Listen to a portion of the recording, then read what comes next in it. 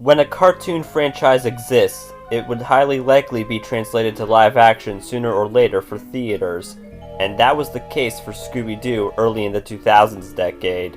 In fact, there were 2 films for the particular caper-solving gang, and granted, they both got loads of backlash. There are a few defenders, especially after the recent failure known as Scoob. So, I thought I'd initiate the spoopy season with double the trouble by looking back at these flicks. Have your mystery machine revved up, since the spoiler alert is in front of you. Do you see a creep? Catch it in order to tell the person behind the mask to see this.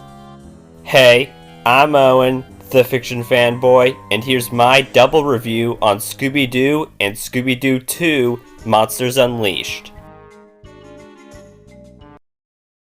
Starting off with the original, Mystery Inc. took care of the Luna Ghost, and after Fred shared the news to the reporters by taking credit for the plan to capture the ghoulie guy, Velma got upset because she came up with the idea, and Daphne was tired of being the damsel in distress.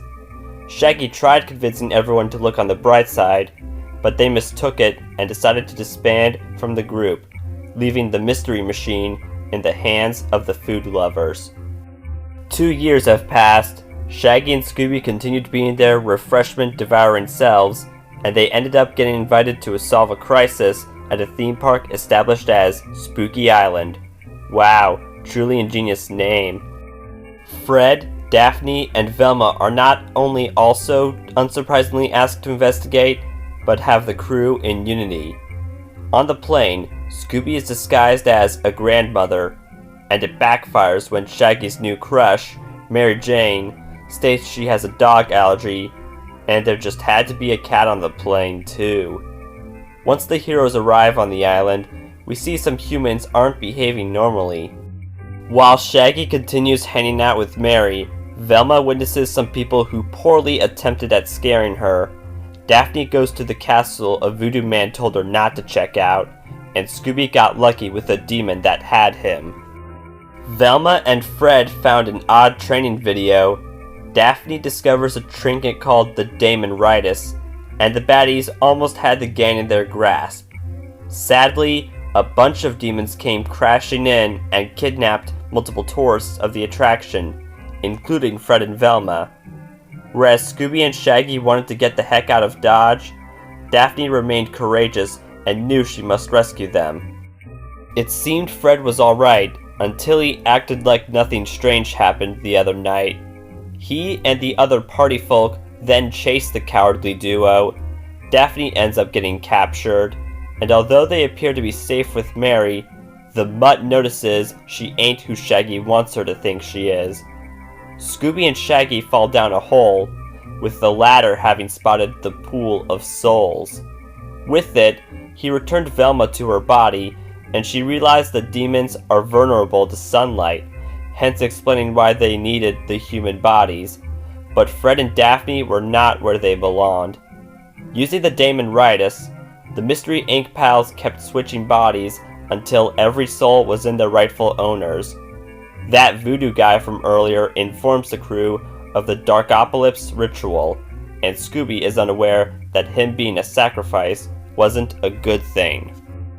What this meant is that the mystery solvers had to appreciate one another for their differences, and they had to save their friend from unbinding certain doom. A scheme to stop the ritual backfired, and despite that, Shaggy pleaded for Scoob to reconsider giving himself up, and thankfully, it worked. Turns out, the man who ran the island was no man, but a pup named Scrappy-Doo, who sought revenge on Mystery Inc. for being abandoned in the early days. Even though he had enough power to be transformed into a Tyrannosaurus-y version of himself, Scooby was still vital for his success. Daphne went face to face with a wrestler, proving that her martial arts skills can pay the bills. Fred and Velma fled from Scrappy's underlings, and Shaggy managed to get the Daemonitis off of Scrappy, turning him back to normal and freeing those who were trapped for so long. The real park owner had been in a hole for a super long time. Scrappy had been arrested along with those who were with him on his evil doings. Fred finally gave Velma credit, there was another case the squad had to deal with, proving no reason for them to rest, and before the credits roll, Shaggy and Scooby had a huge supply of dishes to partake of, plus a supply of very hot chili peppers. For me, I had an adequately decent-ish time with this film. No problem with the cast, though Matthew Lillard's performance as Shaggy is iconic. Choosing Scrappy as the villain pays homage to how hated he is. The music, considerably the main theme, is good, and the story is easy to comprehend, nothing too complicated. Nevertheless, I do have to mention the CGI, due to it feeling like it was on the budget of a TV show, notably when comparing the demons to the dogs. The first act was rough, the body switching humor isn't really funny, and it has a few moments of being mean-spirited throughout the runtime. And now that I've done this movie, let's see how the follow-up goes, and you will see the scores in a jiffy. The sequel opens up with the members of Mystery Inc. being celebrities of Coolsville, their hometown, who are welcomed to the grand opening of the Coulsonian Criminology Museum, for they were the guests of honor. Loads of fans and a news reporter they had, and the place had all sorts of monsters, even ones from the animated media. Shaggy and Scooby may have the willies from viewing the freaks, yet Velma is crushing on curator Patrick Wisely, both of whom can't date one another due to how busy they are. Celebration is cut short when a pterodactyl ghost comes to life, and it couldn't be caught since Shaggy and Scooby messed up the trap. Things get worse as an evil masked figure announced that this was only the beginning of Mystery Inc.'s demise and vanished. Following that was Fred's message being shown out of context. Wanting to stop being goofsters, Shaggy and Scooby vow to behave like real detectives. The gang assumes Jeremiah Wickles is responsible for the crime, after there was evidence Jonathan Jabacco couldn't have done it, and subsequent to the events of being briefly stuck in a cage ball and released other people who were also imprisoned, our caper crackers divided and conquered to look for clues. Everyone found some, with a few of them easier to understand than others, and a major one was the instructions on creating monsters. Little did they know that the Black Knight was lurking about, who did reveal himself to the gang, and was quickly taken down. One run back to headquarters occurs, and during Scooby and Shaggy's visit to a club referred to as the Foul Ghost to question Wickles, Patrick drops by, hoping Velma would be around. Afraid she ain't his type, Velma takes a shot at looking hot, and they, along with Fred and Daphne, strive to solve the case, which got more dreadful once they heard the other beasts have gone out of the museum and are alive. Making matters more terrible is words from Fred are misinterpreted, convincing Coolsville to despise Mystery Inc. Wickles had nothing to do with what was currently happening with the horrific uprising, and the serious wannabes lost their masquerade, giving all the criminals punching bags.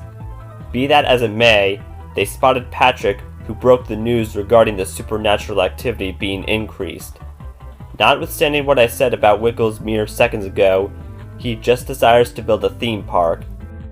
Scooby and Shaggy then find a fridge full of potions, and both morph into many things such as an alien, a woman, Taz from Looney Tunes, a buff blockhead, and a scientific dog. Eventually, they're back to normal and regrouped with their friends. Nervous that Patrick might be the Chaos Brainer, Fred, Daphne, and Velma explore the caves, while the other two are left behind with the machine, accidentally turning it on, awakening even more creeps. The zombie, Captain Cutler's ghost, Miner 49er, and the tar monster to be exact. Fred grabbed the control panel and the gang escaped, indicating the masked figure needed them, ordering his minions to get back what's his. Because they aren't loved by Coolsville anymore, the crew retreats to their old clubhouse, and they are able to figure out how they can defeat the monsters. Getting past them all would be anything except child's play, even though there were two ghostly figures that were beaten. Fred confessed to Daphne he didn't want to show his sensitive side, Whereas Shaggy and Scooby admitted to Velma they aren't capable of being heroes, and this might be ironic, but Velma actually looked up to them. Luckily, Shaggy and Scooby can tackle the cotton candy glob. However, the final showdown made it seem they're done for. Scooby was the last one standing and pressed the button on the control panel, reverting the freaks to dust. The evil masked figure is really Jabako, who pretended to be the news girl. Ned was also in on his plan. Both of them got arrested. Coolsville reappreciates Mystery Inc. Velma and Patrick become an item, and the film concludes with a dance party. Well, this was something, I'll say that much. Matthew Lillard still did the best out of everyone. The idea of classic crooks banding together fairly worked, as well as trying to get the good guys unmasked for once. The CGI was slightly improved upon. There was solid music once again, and I did laugh for a bit. Be that as it may, the amount of mean-spiritedness basically multiplied. Velma trying to be pretty wasn't optimal. The potion scene would have benefited without Shaggy being a woman. Everything else there was worth chuckling.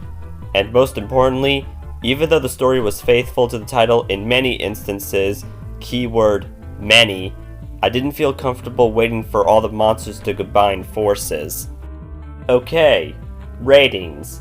Scooby-Doo earns 3.25 out of 5 stars. Scooby-Doo 2 Monsters Unleashed receives 3.25 out of 5 stars too. Thus, the live-action theatrical Scooby-Doo movies have an overall score of 3.25 out of 5 stars. I see why we didn't get a third film.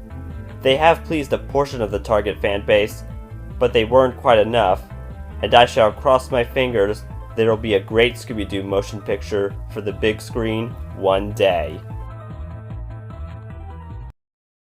The haunts are far from over. Please like, subscribe, share, and turn on notifications for more sweet treats. Also, comment below and follow me on Instagram for petrifying teasers and thumbnail previews of impending YouTube videos.